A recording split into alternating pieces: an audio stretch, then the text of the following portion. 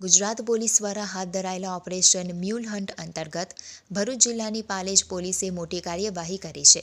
પોલીસે ₹48.54 લાખની સાયબર ઠગાઈના કેસમાં સંડોવાયેલા 2 આરોપીઓને ઝડપી પાડ્યા છે. આ આરોપીઓ મ્યુલ બેંક એકાઉન્ટનો ઉપયોગ કરીને દેશના વિવિધ રાજ્યોમાં સાયબર ફ્રોડ કરતી ગેંગનો ભાગ હતા. પાલેજ પોલીસ સ્ટેશનના ઇન્સ્પેક્ટર એ ચૌધરીની ટીમે આ મામલે તપાસ હાથ ધરી હતી.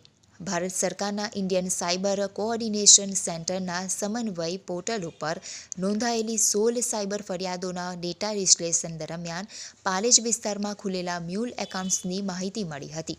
તપાસમાં સામે આવ્યું કે HDFC અને બંધન બેંકમાં ખુલેલા એકાઉન્ટ્સ મારફતે આરોપીઓ હિફઝલ મોહમ્મદ પોલા, નોશીના બાનુ મિયા અહેમદ શેખ અને અયાન ખાન અયુબ ખાન પઠાણ દ્વારા દિલ્હી, તેલંગાણા અને કર્ણાટક સહિતના રાજ્યોમાં થયેલી સાયબર ઠગાઈના નાણાં સગેવગે કરવામાં આવ્યા છે.